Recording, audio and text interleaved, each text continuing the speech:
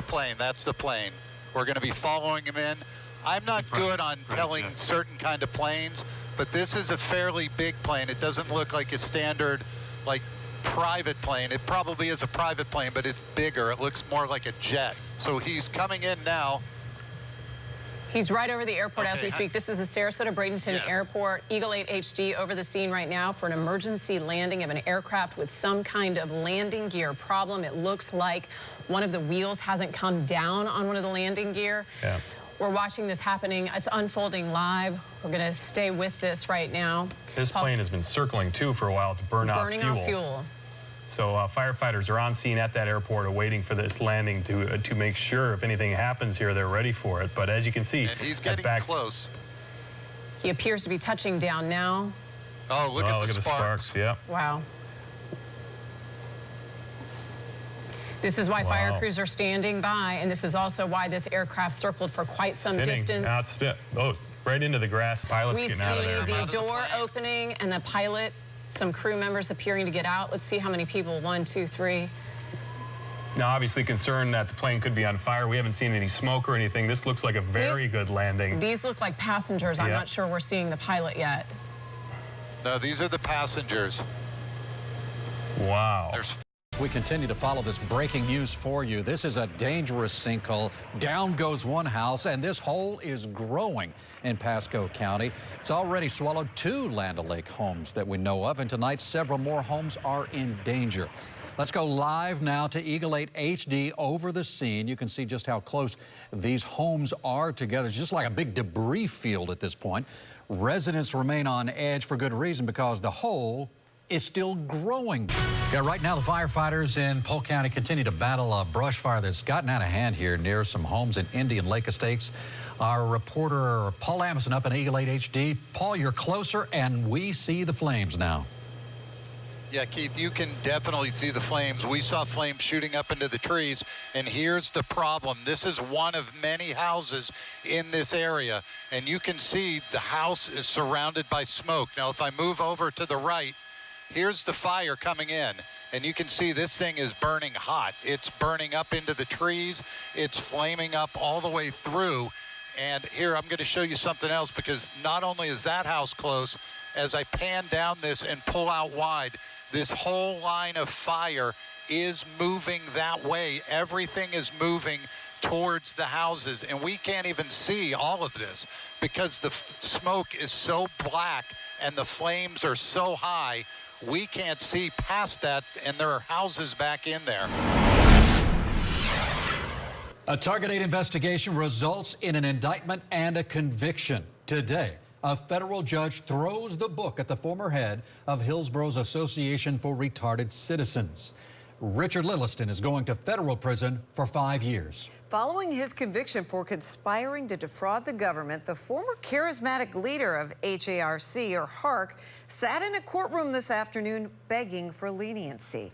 And senior investigator Steve Andrews broke this story about the scandal at HARC and tells us now Lilliston got the max today. Yeah, you know, Richard Lilliston did a lot of good at the Hillsborough Association for Retarded Citizens, and a judge acknowledged that. But what he did wrong and who he did it to is unforgivable. Going into court, HARC's former CEO ignored my questions. Mr. Lilliston, are you still maintaining your innocence? There was no avoiding the ire of Beverly Wall. Why, Richard? Come on, just give us an answer. We deserve that much. She is the sister of Linda Loveridge, one of the 70 clients Lilliston betrayed. Come on, Richard, you were a man then, be a man now. In court, Lilliston took full responsibility for a scheme that diverted the Social Security benefits for clients like Vicky Caldwell into HARC's operating account, a complete reversal from the stance he took during his April trial. Before sentencing, families of several clients let loose on Lilliston in court. I think it's the lowest of the lowest. I mean, you know, he stole from the most vulnerable people in society. Tonight, an 8 on Your Side investigation. Storefronts for sex. Kennedy Boulevard is either the healthiest street in Tampa or the sleaziest. You can find more so-called health spas along that stretch of road than anywhere else in the city. But police say what's going on behind the closed doors time and time again is prostitution and not therapy. Mark Douglas has been investigating this problem for more than a year. He joins us now with a closer look at what's going on inside these parlors. Well, Keith and Jen, it all started when we received this anonymous letter alleging in great detail what goes on behind the doors of some of those Kennedy Boulevard spas, So when we started digging, we uncovered evidence that prostitution is thriving despite City of Tampa laws and police enforcement. Why you just terrible? It looks like a lot of security cameras here. The spas we investigated on Kennedy Boulevard have surveillance cameras guarding every outside door. This is a system here. And massage customers who wanted no part of us. We saw 7 private massage rooms inside this spa and a surprise hiding behind door number 8. Hi, how you doing? Hi, how are you? This masseuse swore her business is legit. Yeah, just massage only. Just massage only? Yes, sir. Well, then why are you wearing lingerie? If you've been cheated, when you need help, she's on your side. Better call Bacon. Mom? That's my mom. After 6 months of fighting for a headstone for her mother, Lydia Ball turned to me. My family has had no closure since her death. Adele Graham prepaid in 1998, $6,217. In May, she died and was buried in Garden of Memories in Tampa. Every month, I would call. No headstone. October, I called. No headstone. November, still calling. No headstone. Enough was enough. She called Bacon, and I paid the funeral home a visit with Lydia by my side.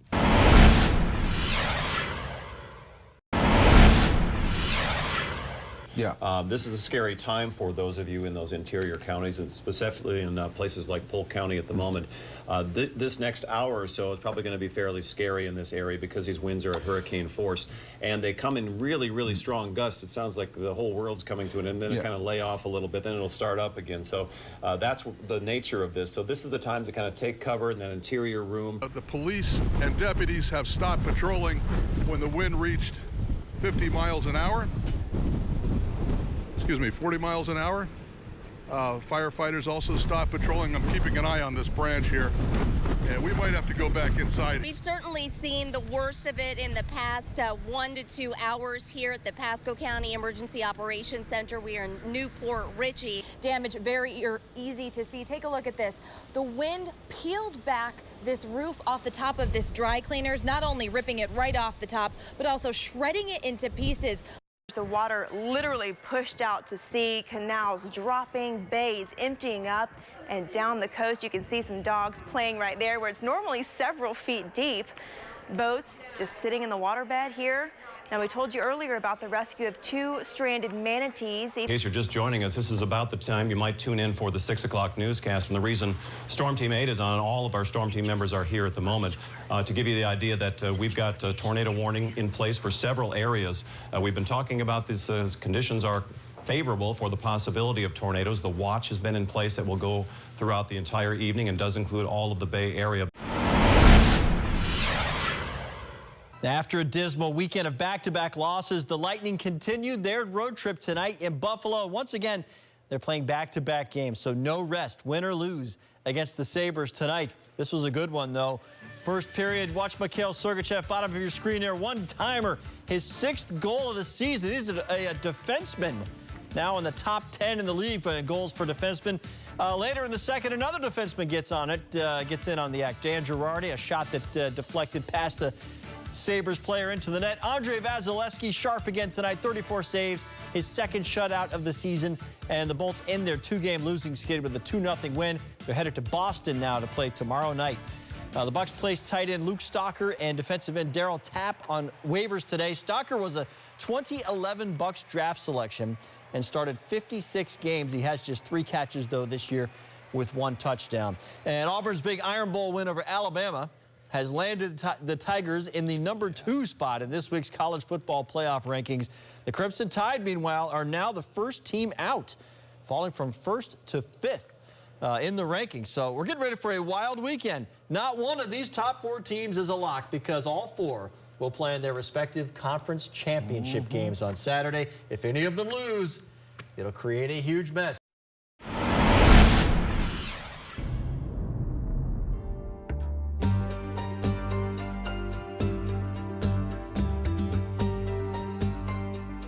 Good evening and welcome to beautiful Fort DeSoto Park in Pinellas County.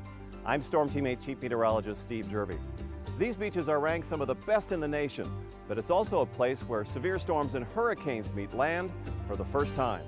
Fort DeSoto's beaches stretch across more than 5 islands along the Pinellas coastline.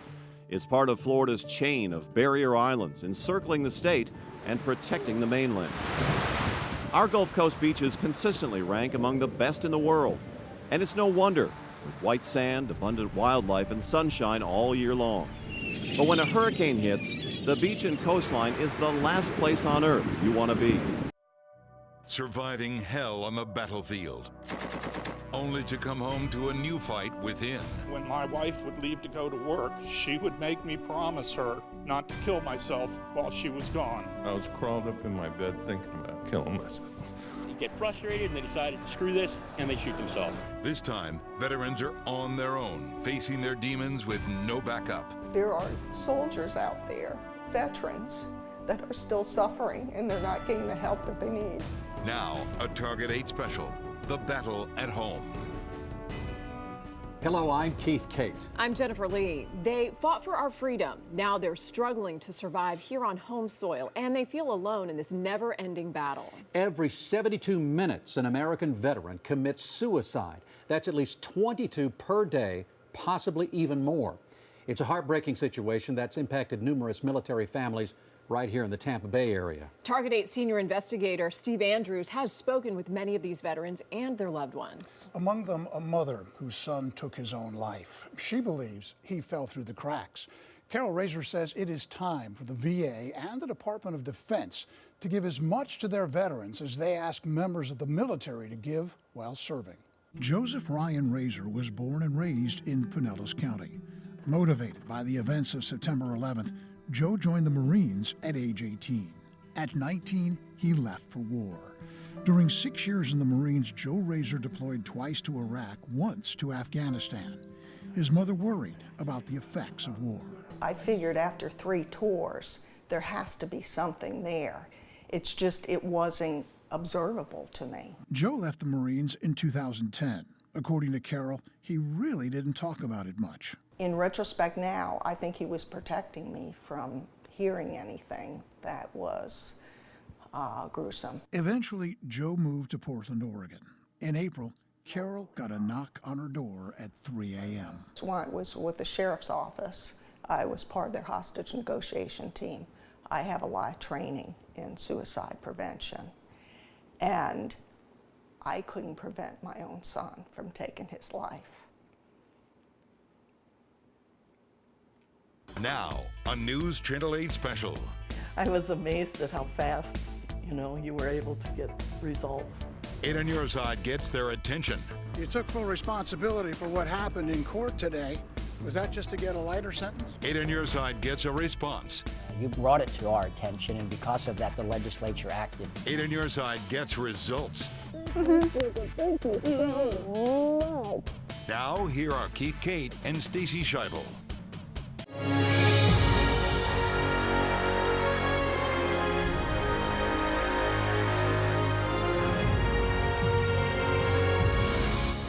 And good evening, everyone. I'm Rod Carter. And I'm Stacy Scheibel. Welcome to the hidden history of Tampa Bay. In the next 30 minutes, we will explore the untold stories of African Americans who played a huge role in shaping the community that we live in today. Now, each year, communities across the nation set aside February to honor the contributions of African Americans. And to kick off the celebration, the city of St. Petersburg raised a flag outside of City Hall. That flag raised is in honor of Carter G. Woodson. Now, Woodson was a historian who dedicated his life to the study of African American culture and history. Yeah, really, he's known as the father of Black History Month. And in St. Petersburg, there's a museum that many people may not know really exists, and it bears Carter G. Woodson's name. I say roll, roll. Nestled in historic South St. Petersburg along the African American Heritage Trail sits a bit of hidden history. The Carter G. Woodson African American History Museum opened its doors in April of 2006. It's a museum that a lot of people may not even know is here. And that's a story that, sadly enough, is not told often enough. Terry Lipsy Scott is the chair of the Woodson Museum Board. It's a place named after Carter G. Woodson, the man credited with helping launch Black History Month. It houses historical artifacts, and it also serves as a space for local artists to display their work, like these pieces by St. Pete artist Stephen Ramsey. When folks, in fact, enter the doors of the Carter G. Woodson African American History Museum, they're embraced by the history, the culture, and the welcoming sense of a history that has certainly escaped many. An importance that did not escape the people who live around it. Fact is, this used to be the community center for Jordan Park Public Housing, but the residents willingly gave it up. In order to have a place here in St. Petersburg where we can preserve, present, and interpret African American history. Although currently owned by the Housing Authority, there is an effort for the city to take over. We are hoping to close potentially on the museum within the next 25 to 30 days. And keep this place with its lush outdoor area and historical indoor space open for years to come. The Tuskegee Airmen are a well-known group of African-American pilots who fought in World War II. They were the first African-American military aviators in the United States Armed Forces. Now, here's what you may not have known. 3 women helped usher them into existence. Eleanor Roosevelt was one of them. Another, Florida educator Mary McLeod Bethune. She is the founder of the Bethune-Cookman University. And according to a local man with deep historical roots in Tampa, the original intended home for the program was supposed to be at Bethune-Cookman University in Daytona Beach. But he says white farmers there wouldn't sell the land for the aviation training fields. If you can understand the times, of which are not now, but you've got to understand the truth of the times in order to really appreciate where we are. And in 1940 and 1939, it was not to be associated with or sympathetic to or identified with black people in the South was literally political suicide. Bethune-Cookman University is a historically black college. It got its start in 1904, offering training for women. Through the next 100 years, it grew into a co-ed university offering majors in numerous disciplines.